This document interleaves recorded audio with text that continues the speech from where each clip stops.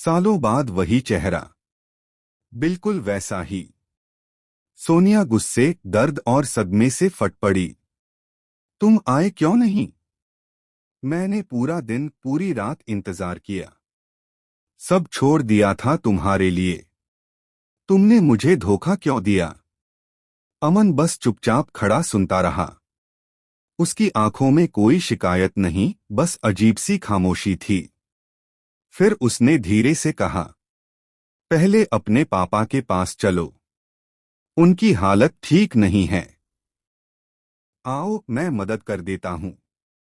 उसने टायर ठीक किया और कहा, मैं कार चला देता हूँ। रास्ते भर सोनिया के मन में हजार सवाल थे, लेकिन अमन ने सिर्फ एक ही बात पूछी, क्या तुम खुश हो? सोनिया चुप रह गई। क्या कहती? कैसे कहती?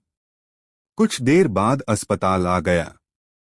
अमन ने कार रोकी, हल्की सी मुस्कान दी और बिना कुछ कहे अंधेरे में चलता हुआ गायब हो गया। सोनिया ने भी उसे नहीं रोका, क्योंकि उसका पति वहीं खड़ा इंतजार कर रहा था।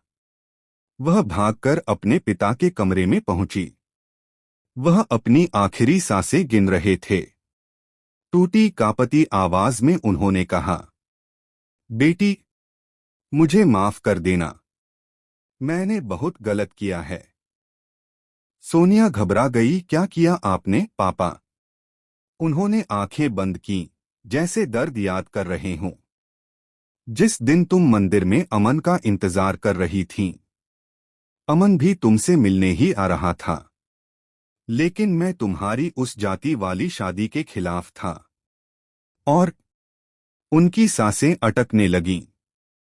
और मैंने अमन का एक्सीडेंट करवा दिया था। अमन उसी दिन मर गया था। सोनिया वहीं जड़ हो गई। आंसू रुक ही नहीं रहे थे। इतना कहते ही उसके पिता की सांसें थम गईं। सोनिया लड़खड़ाते हुए अस्पताल से बाहर निकली, रोती हुई उसी सड़क की तरफ भागी जहां उसने कुछ देर पहले अमन को देखा था। अमन, अमन, कहाँ हो तुम? पर वहां कोई नहीं था।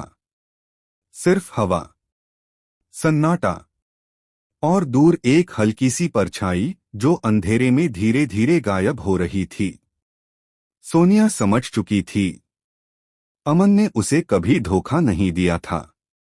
वो तो मरने के बाद भी उससे मिलने आया था।